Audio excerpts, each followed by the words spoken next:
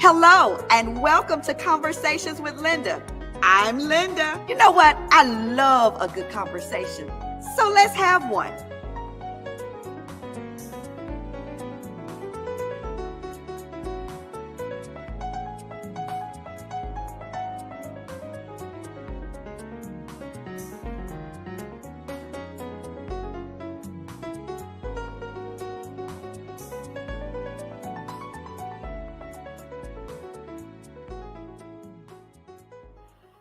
All right, today's conversation is with the men. You remember the guys I had on our previous episode, Mr. Tim Terry. Welcome to Conversations with Linda. It's a pleasure to be back with you. I also have Maurice is with me, who we call Boo. He's in with us virtually. Maurice, cheers. Welcome, Maurice. Thank you, Pastor Linda. I'm back. All right, you came back. I came back. We have a new addition to the show because we wanted all married men for this edition. So we have with us Scotty Brown. Scotty, welcome. Thank you. Thank you for having me. All right. Look, thank you for taking this chance, for jumping in here. Okay, you're jumping into the lion's den. In the fire. But listen, we had a wonderful conversation in our episode. It was called the Men's Edition. It was one of our highest viewed shows. And so these fellas wanted to come back because they said we needed to go for a round two, and they wanted to take the gloves off. That's what they told me, y'all. They wanted to take the gloves off. So, I told them I'm here for it. But really, we had a very interesting conversation. We were talking about relationships and just talking about relationships from a male perspective, from their perspective. And so we're going to go for round two. And I have my questions that I'm going to bring to the table are more pointed this time to them specifically. We're not just talking about your average Joe Blow. We're talking about to them specifically. All right, you guys ready? Let's do it. You ready, Boo? Want to start asking me the questions, or can I start? Jump. Well, so Tim, you raised some significant issues that I thought were worth diving into a little bit deeper. And one in particular, and this kind of resonated throughout the whole episode, where you were talking about traditional versus untraditional marriages or relationships. And you were saying that traditional relationship or marriage really doesn't fit this new society that we're in. Now, those are not your words verbatim, but you were talking about that. You want to share a little bit more about that? Not so that it doesn't fit society today, but I think just echoing something that you said about it. You said, "Hey, I'm old-fashioned. This is what I know, and the people that have dabbled into other things, I don't know the success rate of that, because what we really want is monogamy." There are those that counter that and will say, "Hey, I'm open to some other things because divorce permeates my family. And I've only seen failed relationships. And so now I'm open because of these failed relationships, several repeatedly. I'm open to other things and exploring other things. And I'm saying, when you establish relationship, at the point of it, you guys need to know on the front end what we're about." Okay. So now that was my general question. My specific question is, where do you lean? Or to what end do you lean towards? Open or traditional relationship? Currently, I think if you would have asked me this maybe a few years ago, I would have been like wide open. Okay. Now, in a different season of my life, okay, with family, kids, that I am more into traditional relationship, but I am open even in traditional relationship to whatever my comfort level or my wife's comfort level is, exploring whatever that is. Okay. And so it's not just your comfort level, it's her comfort level as well. Exactly. Okay. I'm coming back to that. Maurice, how about you? Do you lean towards more traditional relationship, as in marriage? And I'm talking about marriage. Do you lean towards a more open relationship? Which do you prefer? I'm leaning more towards the old school way. All I right. have older parents, so it was kind of reared in me the old school way.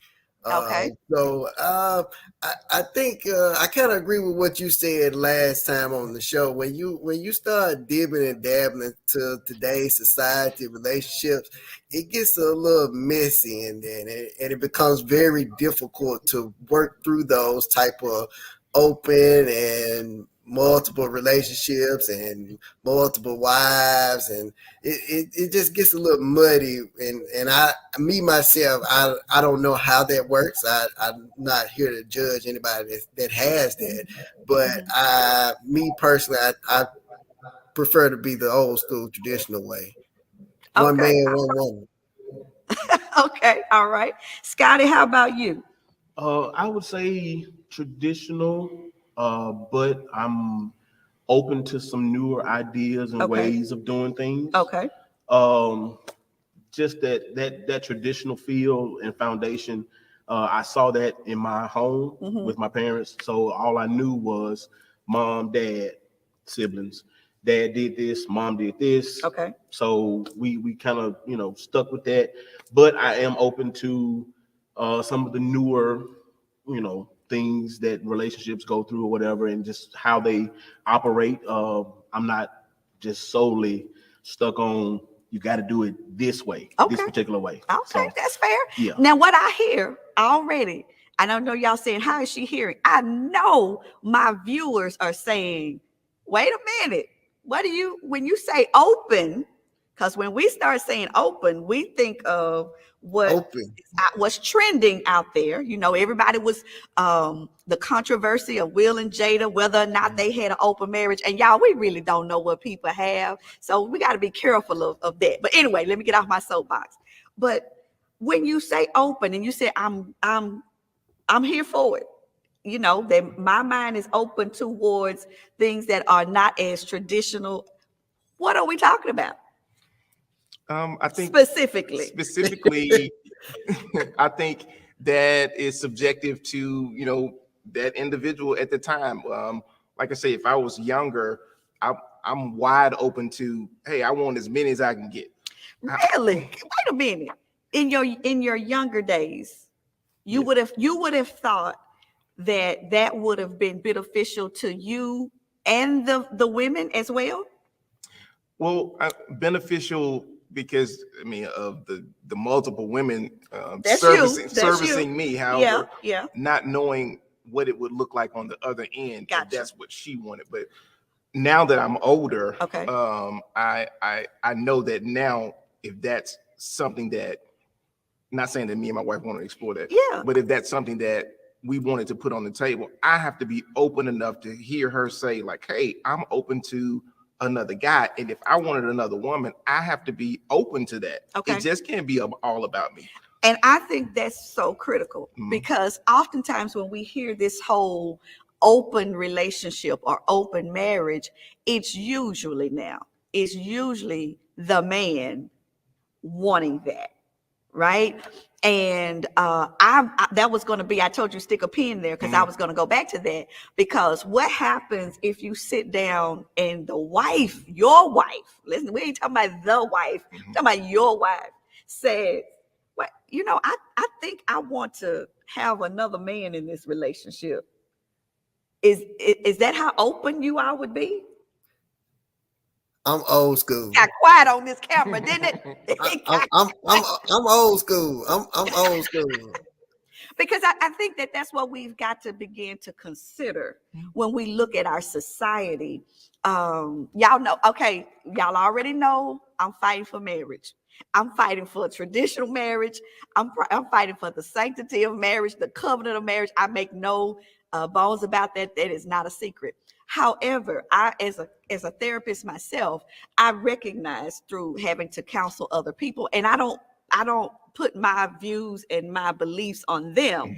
I recognize that many people are now exploring other forms of relationship.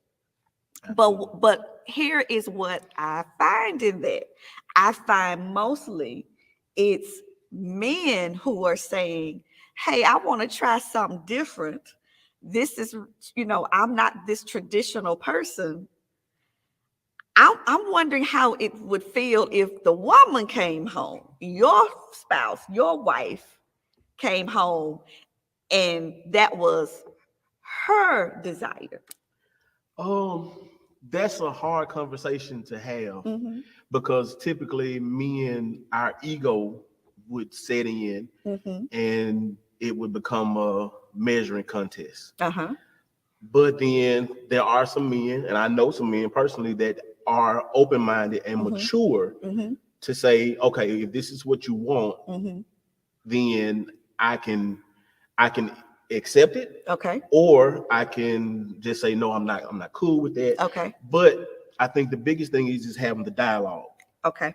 And that's what you mean when you say your mind is open. Right. The to have the dialogue. Right, Y'all hear that? right. Okay. Is the dialogue. They're giving clarity to that question, that it's about being open to being receptive to a conversation, being receptive to another person's ideas. All right. So don't y'all take that and run with it. Please. I want to make sure that we say that. But I think that's the problem with the conversation.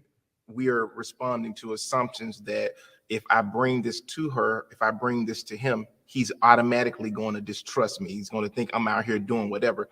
And so I find that you said most men, as a therapist, I see the other side of it. I see most women. Well, maybe maybe women are being more honest with you, and the men are being more honest with me. How about that? That's true. Okay, so you said what? You see more women that are interested into the possibility of having an additional person in the relationship, but find it difficult to have that conversation with their husband, with the man. Okay. And so, because you know what this will say, right? That's going to say, I mean, come on, let's keep it real. That's going to say, from an ego standpoint, you're not satisfying me. It could be taken that way. Okay, come on. In typical relationships, and from the way society has always driven the relationship, it's always been an ego thing. It's always been this person may do it better than me and that kind of stuff like that. But then, like I said, with maturity, you tend to from a mature standpoint, you always look at it and say, well, okay, what is it that I'm if you feel that way, that you're not getting something, then me personally, I've always asked myself, what is it that I'm not giving? And how can I increase I love that. How can I fulfill that? And if you still feel unfulfilled by it, then that means we need to have a deeper conversation, and we need to check some spiritual levels to see what's going on. Okay, so let me stop here, because this is a teachable moment. This is really a teachable moment, because you really tapped into something, Scotty, that I really think this is the deeper level of this, the other layer beneath where we are as a society and all of this open relationship and all of that. Okay, I'm old school. I admit that. But I really think now where we are has to do with feeling unfulfilled. And I think that's where the conversation needs to go before we make a decision on turning the relationship in another direction. That what's really going on in this relationship? Yeah. What's missing? Yeah. All right. So we need to make sure that I agree with you, Tim, that we're scared to have those conversations. We're afraid to have those conversations. But I think that before we just jump out there and say, oh, this is the trend now, monogamy is old fashioned, I think we need to take it down another step and say, okay, let's go to the heart of this. What's really going on in this marriage? Mm-hmm. So I'm just saying, because I'm still for a traditional marriage. I'm still for monogamy. It just is what it is. Yeah. Bishop ain't bringing another woman in the relationship. So I am all he can handle. Don't reduce it solely to that. Okay. So when I talk about openness, we talk about openness of ideas, openness of being able to share. That part of that is my vulnerability. Okay. And me being vulnerable to share different ideas, different things that I'm thinking, it's not always traditionally what my dad or your dad or what we've known men to always absolutely. do. But if I know that you're expecting this thing out of me, this one thing, me to present this way, then I'm kind of closed, that feeling forced to be in a box. Okay. And so we want to be open enough to have, I'm not afraid to share different ideas of exchange. Absolutely. And I think that that's what happens, or that should be what happens in the intimacy of a marriage, is that you are able to share on levels that you don't share with everybody else. And so having those conversations and sharing those places of vulnerability are really that should be a part of the relationship. But when I take it to a spiritual perspective, because that's just who I am. I believe that God's original design for marriage was monogamy. I really do. And I think that all of the other variations that we have created problems for us. And so, I'm not saying that to judge anybody else, but what I do believe is that when we start expanding out of impulse, out of lust, we're gonna get into some trouble. And it doesn't feel like trouble at first, but it lands us in trouble. So that's just my thought about it, But I respect you all's opinion of it. I know that everybody has their own, but the Willises, we gonna stay Kevin and Linda. That's it. That's all. That's the only place. It's only space for two people in this relationship. But I understand what these guys are saying. They're not saying this is. I think I'm getting it right. They're not necessarily talking about inviting other people into relationship, but they are talking about the vulnerability of being able to share and being able to be honest about it. Can I stop right there? Because I just thought about something. You said, I don't want to be kept in a box. Because I got to go back to this. You said, I think one of the challenges, and would you all agree? Boo, Maurice, have you checked out? I have not checked out. I was listening to you. I'm waiting to see where one of the going. challenges, though, is if I married you and you were this way, I think people have the challenge, because when you flip on me, I don't know what to do with that. I'm glad you said that. Okay. One thing that I've learned in relationships is that typically when women think like that and they say, well, this is how you were when we started. They stop there and forget that I'm still a human and I have to evolve. You're evolving. You're growing. I'm still seeing things in the world. I'm still experiencing people. Absolutely. In my job place, in church. I'm still, and for me as a musician, I'm always meeting new people. I'm always around people. I'm always around different women and different guys. And so I'm, as a leader, you have to be personable with people sometimes. Yeah. So you get the chance to meet and talk and see and just hear. So if I feel like if women would, for one, embrace our vulnerability. Okay. Then embrace our evolution.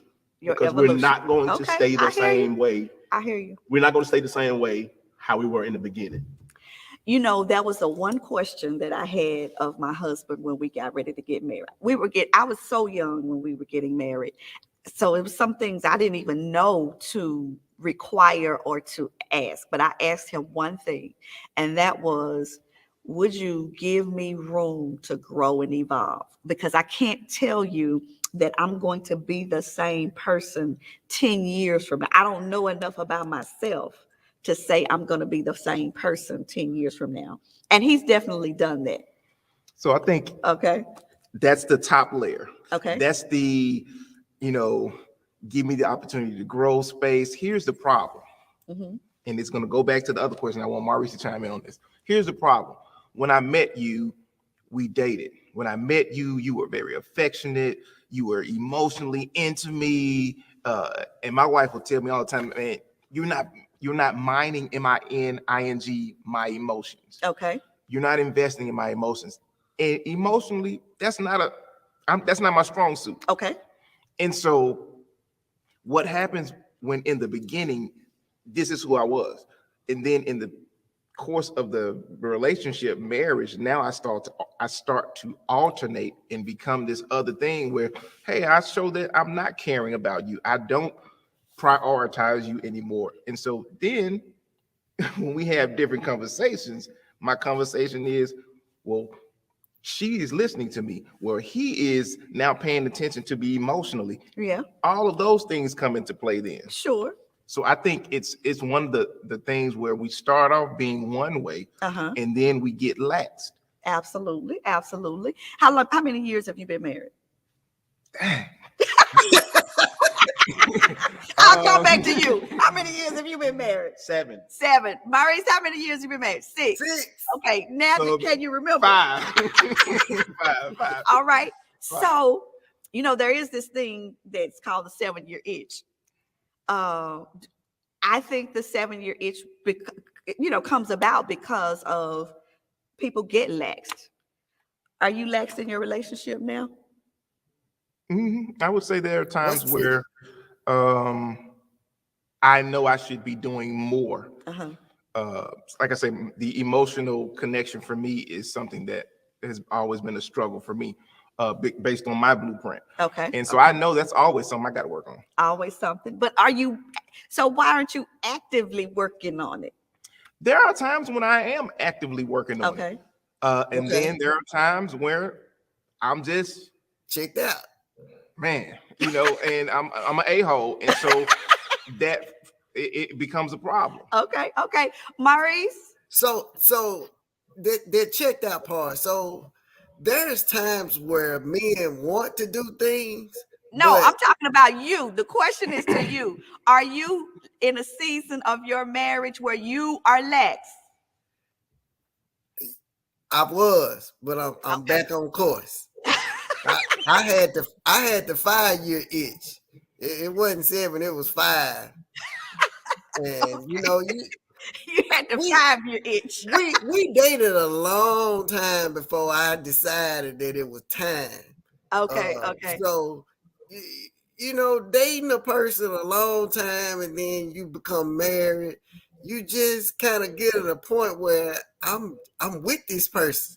So I was told by a person a long time ago, if you stay with a person long, you're gonna fall in and out of love. You're gonna be in and out. You're gonna want them today, not want them tomorrow. But at the end of the day, that's where you want to be. So I'm kind of evolving into the point where it's to the end of the road. All right. Death do you part. Okay. All right. Listen, that's good. That sounds like the traditional marriage. To death do you part. Listen, we're gonna take a commercial right here.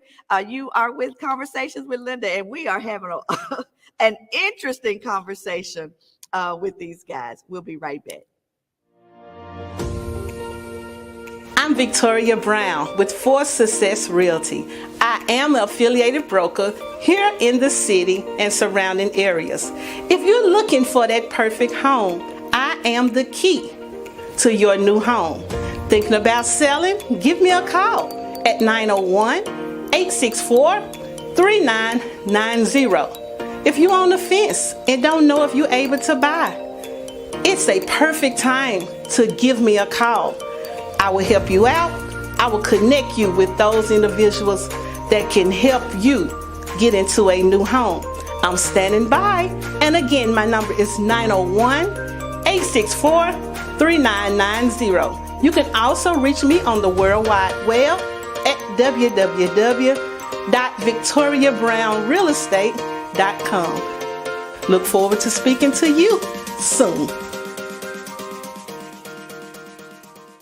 Welcome back to Conversations with Linda. It's the men's edition. I have with me wonderful guests who are just I'm having a great conversation with. I've got Mr. Scotty Brown in the house, Mr. Tim Terry, and virtually I have Mr. Maurice Cheers. Welcome them back to Conversations with Linda. So I've been asking the questions, but I know you all came ready to ask me a few questions. So come on. I'll start.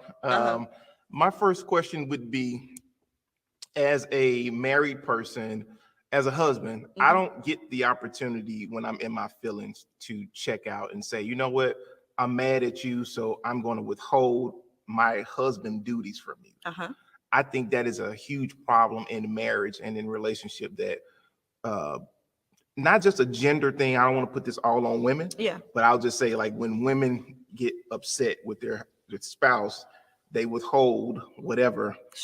They may not cook, they may get upset, stop talking. I'll stop talking. You know, I mean, we have our things, but I don't think that that's a fair assumption that women get to do that.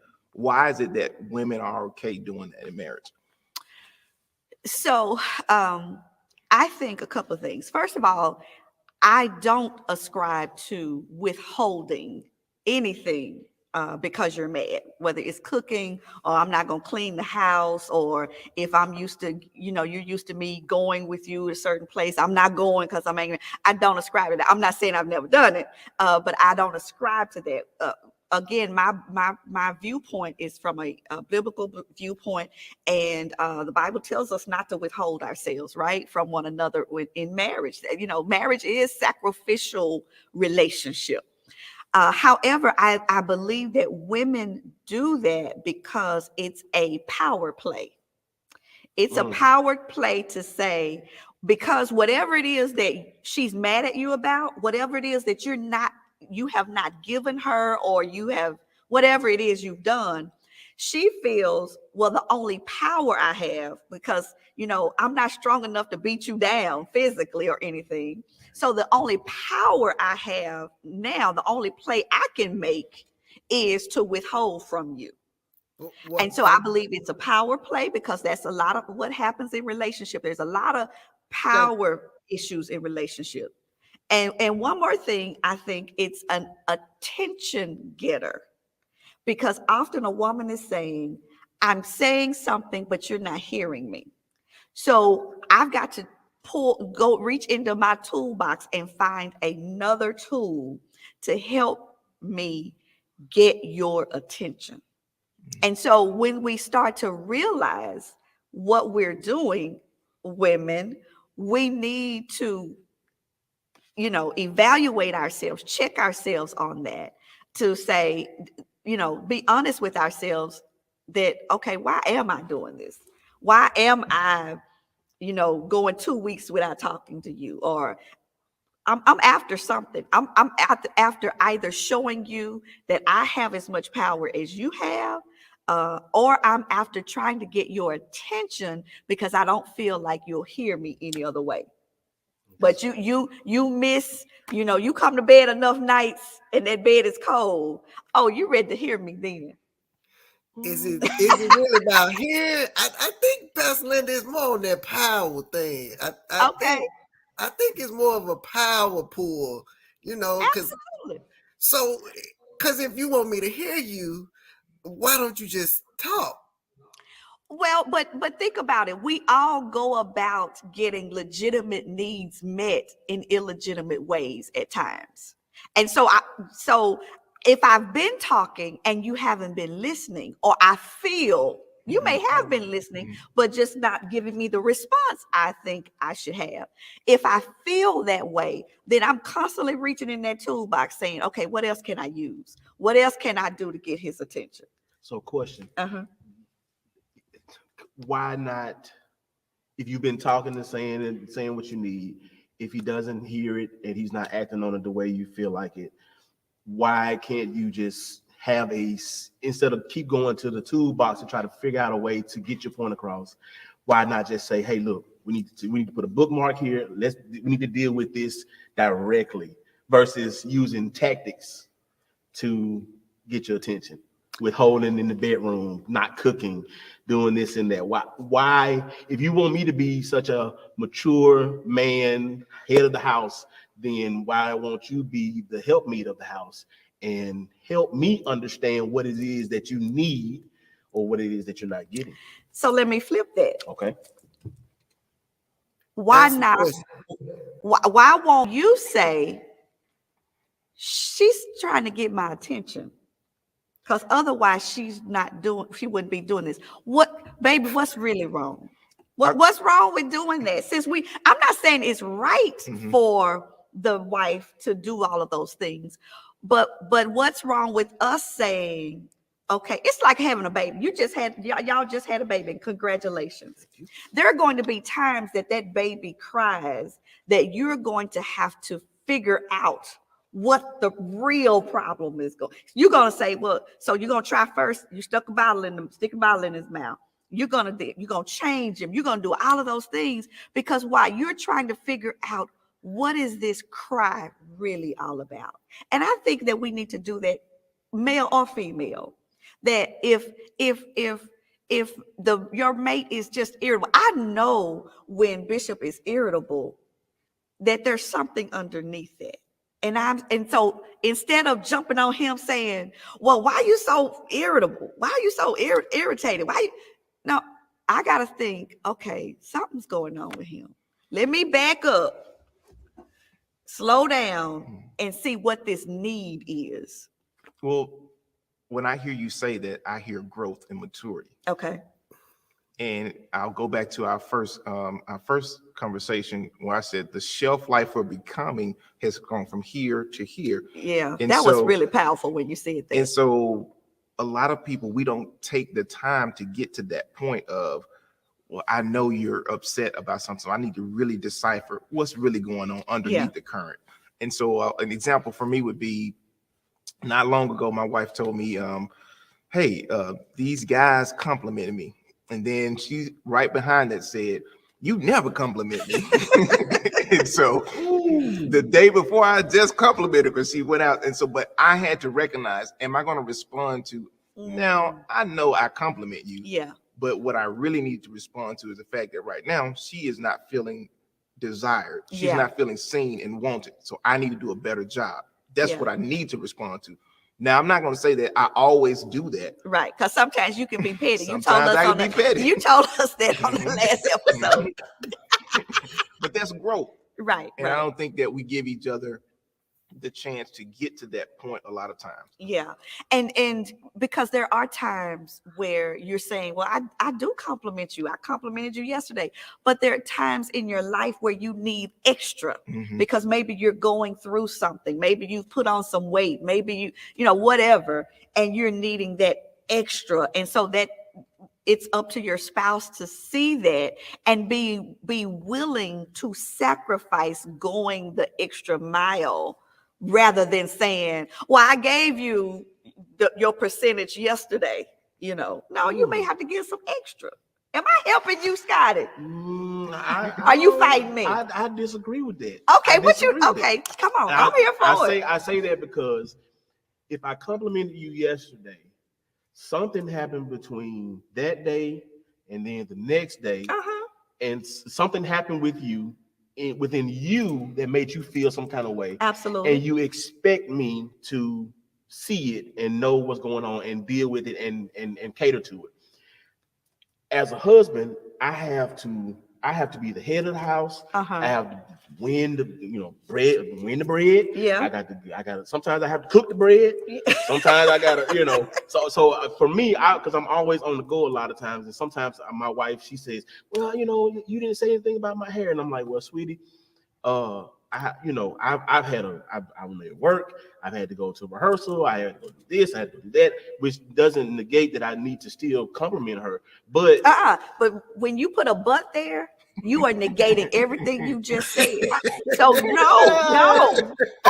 Okay. Let's deal with it. Does not negate your responsibility as a husband. Yeah, but then am I being a human? Oh, now the human is our excuse. But no, but you have to. We all human. We all human. Women, you all are human as well. And so I have to understand as the man that she may be feeling some kind of way about something. But if my intuition or my antenna is not up at the moment, you can't get mad at me and say, well, you didn't compliment me. Somebody else did it. Or like to me, that's like a evil tactic to just, that's childish like behavior. Okay. And I agree that these are tactics that we really should not use. Yeah. Okay. But then if we got to give you the excuse that you're human, we got to give that to her too, that she's human. Of course. But I will go back to It does not negate, I don't care how many responsibilities I have as a wife, as a person. You know, I'm working on my dissertation now to get my doctorate. I'm pastoring a church. You know, I got adult children, I got a grandbaby, I got a lot of things going on doing this show. But at the end of the day, I made a vow to Kevin Willis and said, I'm going to do these things for you. I may miss it with 1,000 other people in the world, but my responsibility is to him first. So I can't excuse. Now, do we have times where we fall short? Sure we do. But I can't adapt the mentality that because I have all of these other roles, yes, that you just have to wait till I can get back to you. Yeah, no, that's not. I wasn't saying it. Okay, like that. now, okay, tell me. Like, give me that room to if I make the mistake, don't be mad. Don't be mad about I it. agree. And then use that and say, "Oh, you didn't do this, and you spitefully doing this." Yeah, and like a lot of times, it's not that we're doing it out of spite. It's just that we just tend to forget. Yeah, we tend to get overwhelmed with stuff, and then we just forget. But like it's just how you use it. And I'm really bringing these things up because you all have been married 6 years for you, boo. Correct. 6 years for you, Scotty. 7 years for you. 5 years. You sticking with it? 5 years. Okay. Okay. It will be 6 years Okay. in February. Okay. I'm bringing these things up because, as you said, it is about growth and development, and these are some things that I learned. I didn't start here, but through growth, and I think here's what I want our viewers to even take in, that we have to be willing to grow and improve. See, growth has to be about progress and improvement, right? Yep. So thinking these things through. So, for instance, since we're talking and you gave a situation out of your relationship, I'm not an affectionate person by nature, because I didn't come from an affectionate family. We don't hug and kiss and carry on. Hey, good to see you. We're hugging a little bit more because we've gotten older and we've lost our mother, but that's just not what we did. My mama didn't hug me, but I never felt unloved. She just wasn't a hugger, right? But I came into a marriage with a husband who is very affectionate. He's just affectionate by nature. That's just who he is. So I had to begin to be intentional, because at first there was a deficit that I wasn't even conscious of. I'm like, what's the big deal? I didn't kiss you when I walked in the door. So I had to become intentional where that was concerned, to make a mental note, to even say to myself, okay, now when you go in this house, you gonna make sure that you kiss him before you just go and start, doing. I had to make them, but over time, it really became a part of me, and now it's instinctual. But it didn't start out that way. It started out with me making intentions. What do you need to work on? What do you need to be intentional about? Just so you should have been able to spit that out. Emotionally connecting. Okay. I think, and I pause only because I want to give real thought to it. Mm-hmm. When I say emotionally connecting, what does that look like? So if it's something as small as ensuring that I kiss you on my way home, or when I get home, I make sure I greet you. Yeah. How do I continue to do that even when I'm mad at you? Absolutely. So commit to that choice. Absolutely. And do it. That's something that I need to get better at. And I really have found out that if you do it and do it long enough, it really does become easier. What do you need to be intentional about, Scotty? I would say communicating. Okay. Because sometimes with my wife, we tend to, when we disagree on something, we tend to just, well, I'm not gonna say I tend to shut down. Mm-hmm. And my scapegoat is to go to the studio.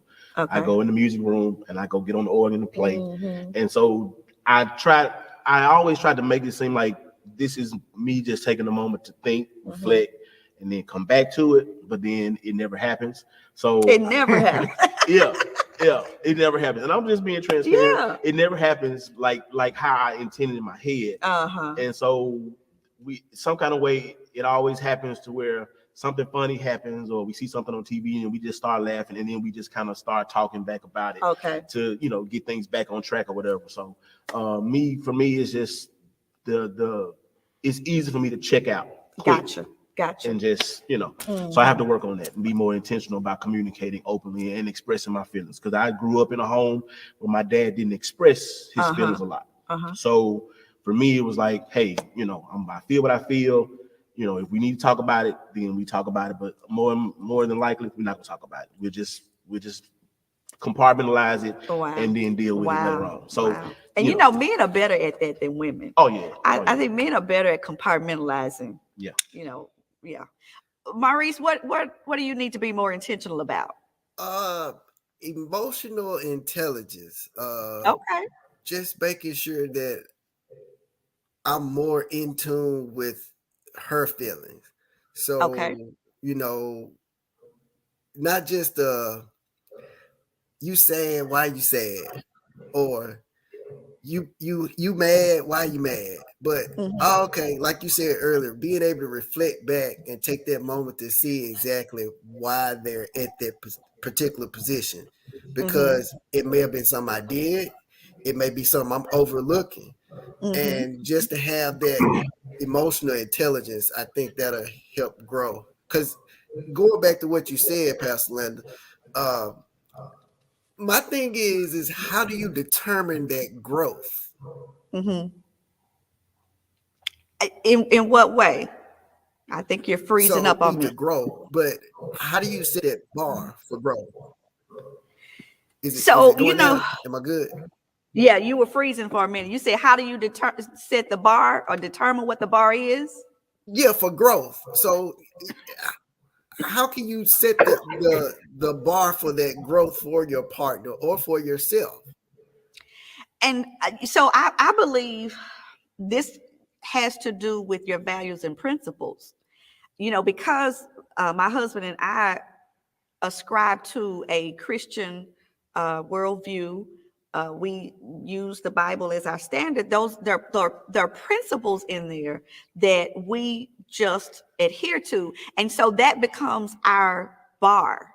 And if I'm not doing that, then I start checking myself, because otherwise everything's so wide open. How do I know if you got to get a worldview somewhere in there to say. So for instance, when I talked about, when I mentioned, I referred to the scripture that talks about wives not withholding from your husband. That's because that's my biblical view.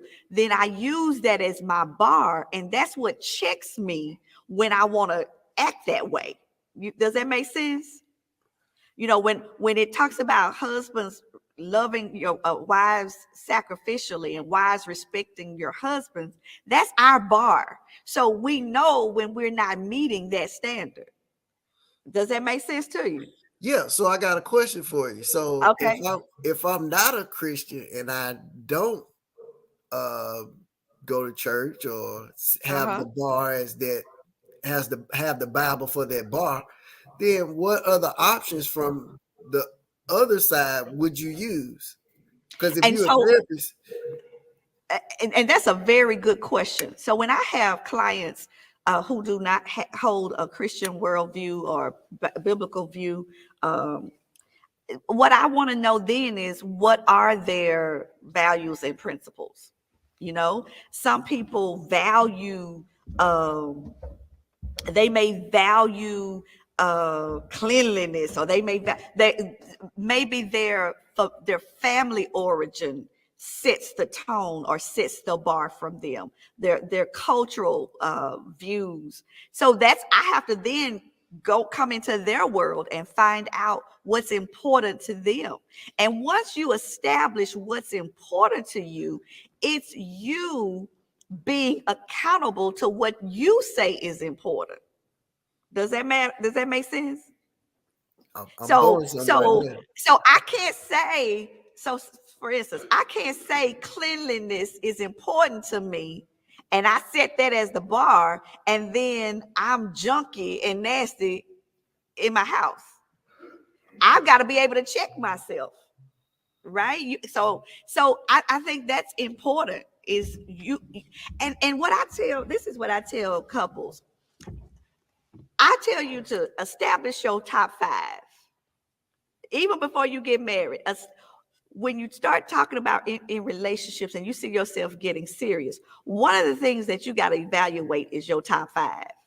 Now, I believe, now this is just me, this is my Lindaism, y'all. I believe that your top 5, I'll scoot on down to top 10, but let's start with your top 5. Your top 5 needs to match. Now, my 1 doesn't need to have to be your 1, but it needs to be somewhere in there. That I ascribe to that. That when we start, if something is a 2 for me in my list of values, things that are important to me, and they are a 19 for you, we're gonna struggle. We're gonna struggle. If finances for me is a 2 and it's a 19 for you, you're gonna mess up the money, and that's gonna be a constant argument for us. So I got a question. So you agree with that, counselor? Therapist? Yeah, I would say instead of in addition to maybe a step further would be not so much my top 5. Those things need to align. I'm going to ask, what's our purpose for getting married, or what's our purpose for being together? What is it that you think you're going to get out of this? If those things differ, then we're probably going to end up doing that. And so regardless of if our top 5, while that's important, I totally hear what you're saying. More importantly is, like, why are we doing this? So, the average person is going to say, because I've done plenty of premarital counseling for the last 25 years. Average person will say, we love each other. Yeah. We want to spend the rest of our lives together. So we think we're doing it. And oftentimes we really are. We're doing it for those reasons. But my issue is, even though love is not the only virtue in a marriage, it's just not. It's a whole lot of folk love each other, but they're not married. And they're able to love each other the rest of their lives. I know people who have been divorced for years, but they're the best friends.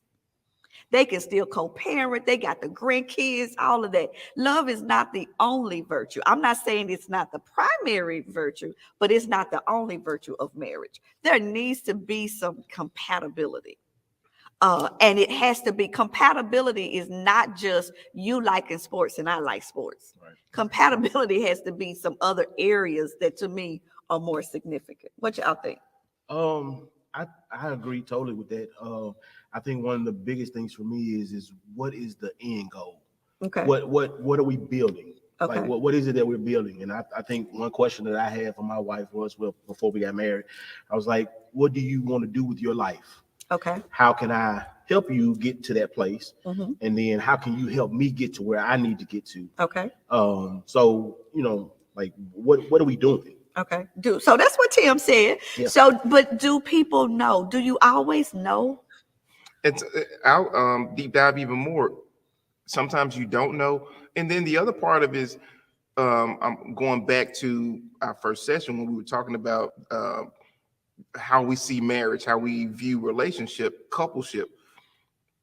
We don't always come to a relationship in need of something. Like, I don't need you to build nothing with me. I'm good. I have a home. I have a business. I have all of these things. And so, like you say, what's our end goal? Well, I mean, I love you, but I don't need you in that way. So for a lot of people, marriage, what's the point of it?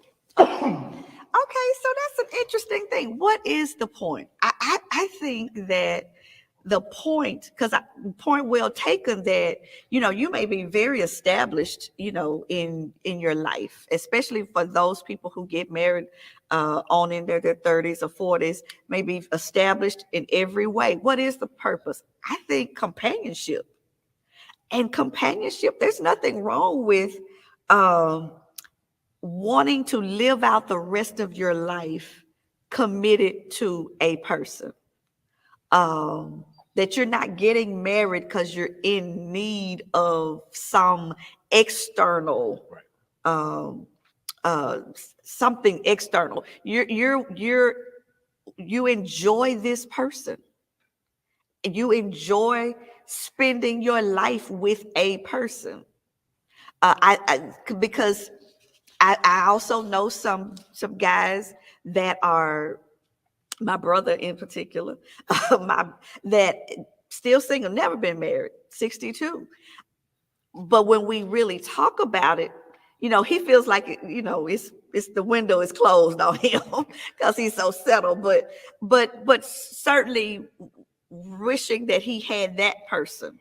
There's nothing like having somebody in your life that you trust with every part of you. I'm not talking about companionship just to sit and watch TV together. You can do that with anybody. I'm not even just talking about somebody to have sex with. You can do that with anybody. But who do I trust? As you get older, one of the things that you find in life is that friends become few. Life takes on a total different, as you go into your 40s and start reaching into your 50s, life looks different. And having your person, your one person, means something. I agree. Am I idealistic? No, I agree. But I also think as you traverse through life, that's what takes you to the Will and the Jadas of, you know what? We are now open to what works for us. This mold that we came from is broken. It does not work. And so now we are open to exploring other things that work for us. And I think absolutely that's what coupleship should be about. What works for us. I don't fight that. I'll add to that. Because when you say that, I always feel like it's an indictment against marriage. And I'm still here fighting for marriage. I am still here fighting for traditional marriage. But here's what I want I want our viewers, I want you all to hear me say. There is absolutely nothing wrong. I say this with 100% conviction. There is absolutely nothing wrong with the institution of marriage. It's the people in the marriage. Marriage works. We got petty ways. We got immaturity that we bring into marriage. We got baggage. That's what's wrong. And we have that with people we're dating. You don't have to be married to experience that. I know just as many people in there that have just as much drama in their dating as they have in their marriage. So we can't put this on saying there's something wrong with marriage. It's the folk, we marry the wrong person. Sometimes we get married too soon. We're not really ready, or the other person is not ready. We come into marriage and we get laxed, as you all talked about. So we can't, I don't want us to just demonize marriage, because it's not, I just don't believe that. I believe it's the people in the marriage. I hope that's not what's coming across then. I hope it is. I'm not demonizing marriage at all. I'm really not. Tim, that's not what I'm getting from you, Tim. I am not demonizing marriage. Married. I am not demonizing marriage. I am just saying I'm to a place now that I am no longer subscribing to the broken model that my parents presented to me. But who broke the model? Whoever broke it for them, and on before them. And so that's why I was born. It's my blueprint. It's your blueprint. All right, we're going to take a commercial break because I got one other question I've got to ask all of you, speaking to what you just said. We'll be right back.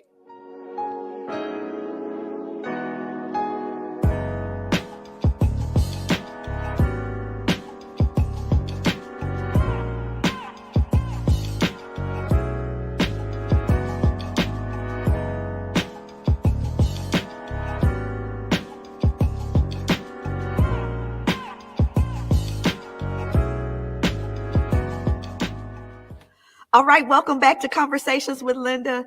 Listen, this has been a very interesting, involved, engaged conversation. I've been talking to these fellows, Tim Terry, Scotty Brown, Maurice Cheers. We've been talking about marriage, relationships, and they've been sharing their views. And let me tell you, they're not holding back. And I'm holding to what I believe. I'm holding to how somebody's gonna get married just because I'm giving you a very positive view of marriage. I've been married 35 years and I wouldn't want to be back out here for nothing. Ain't nothing out here. Okay, I'm just joking.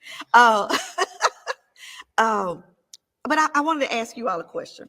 And Maurice, since you're virtual, I'll start with you. What wisdom, because all three of you now have sons.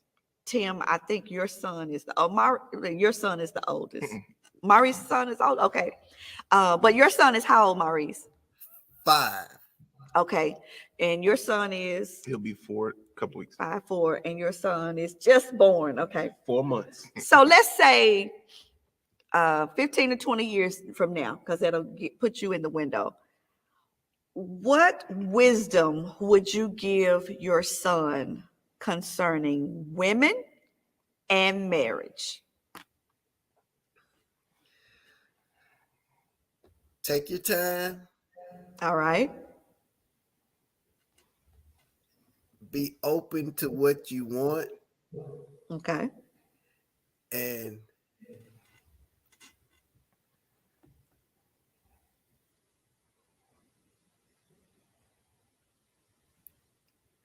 it's a lot. You want to think on that for a minute? Last thing I was saying. No. It's just Okay. a lot. It's a lot. So, and the last thing is take your time, be open to what you want, and be a man. What you stand for, you stand for it. Okay. Okay. So that's the advice you would give for women and marriage, both of those. Okay. All right, Scotty.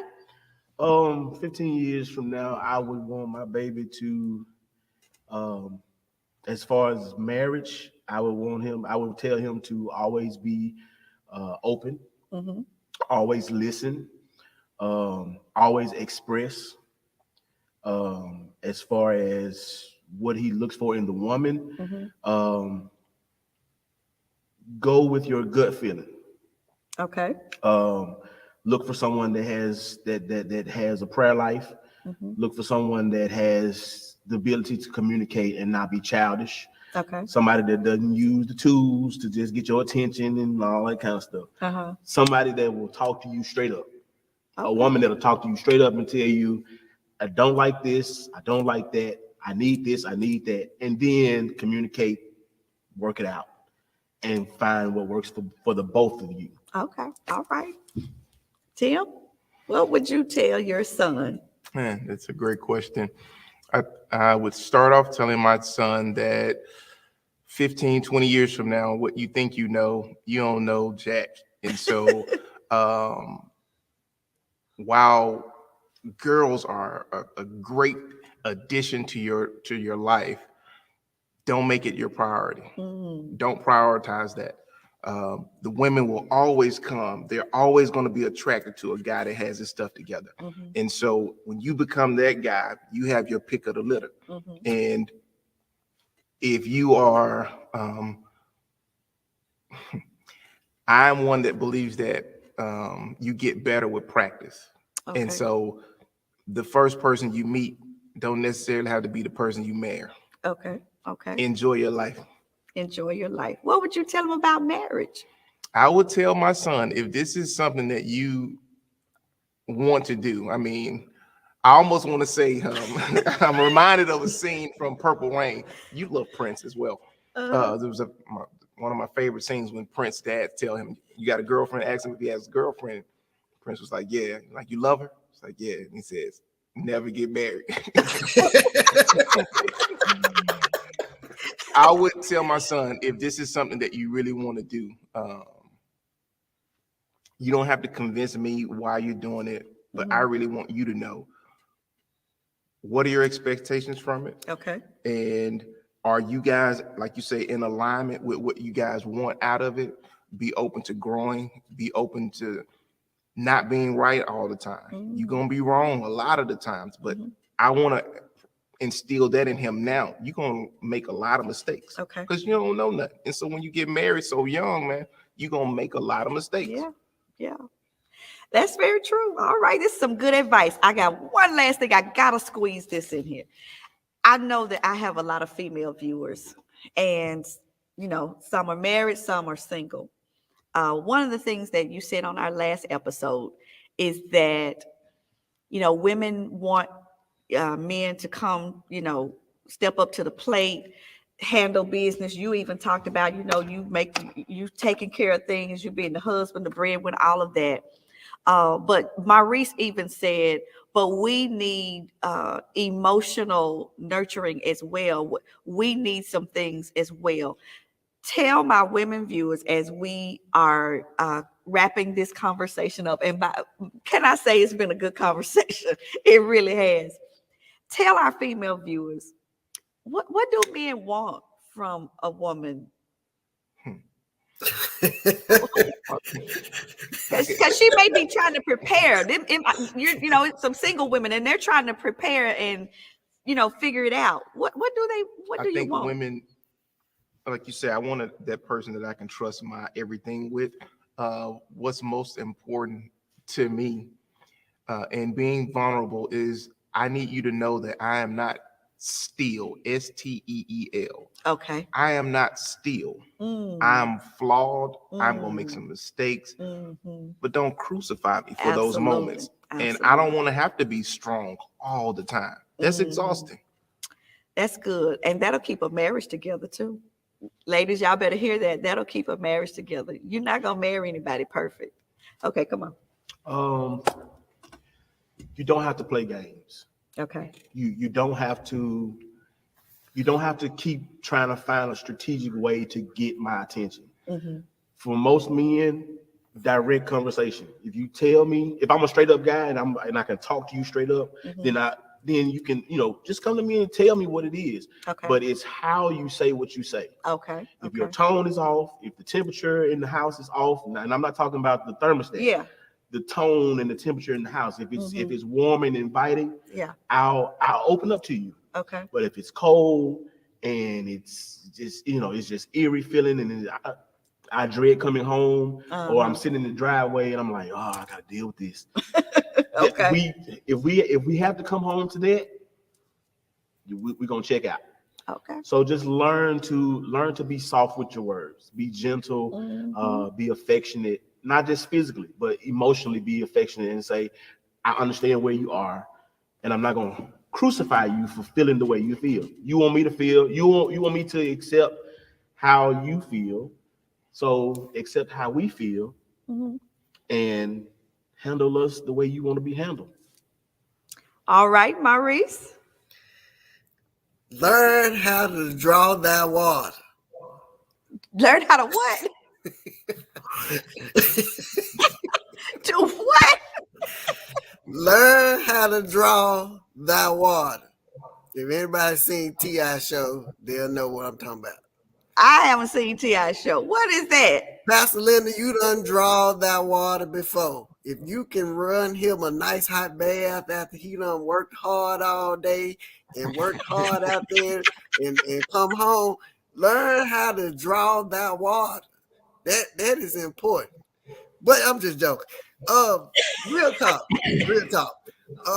Man, the way society is set up, women just need to be a woman. What does that mean? Don't try to be a man. Okay. What does that mean?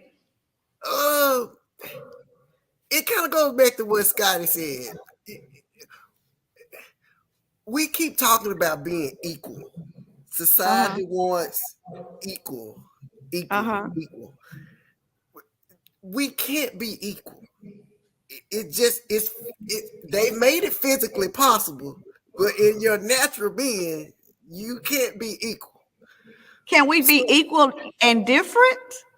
Because you know these women gonna fight you on saying we can't be equal. Can we be equal but different? So that's that. But if we're equal, how am I the man? You're just different.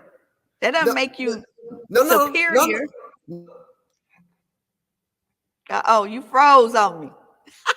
No, if we equal, hire the man. Well, okay. You asked me So what. I know you're starting she done put her cards you're down. starting a whole nother conversation. This might be another new series. You listen, Pastor Linda. Any successful man don't want to be with a man. They want to be with a woman. Okay. But So I think I get the tone of what you're saying. I don't know that the words are necessarily correct. but we can't, I don't think in relationship there's superior and inferior as much as we are equal, but we're different. We come to it with different strengths, and respecting those different strengths. It doesn't make you less of a man because I'm strong in one area. It just means it just means I'm strong in that area. It doesn't make you less of a man or me less of a woman. Pastor Linda. Yeah. You said you Bible based, right? And yeah. Okay, so the Bible say help me. I need you to help me wherever I need help.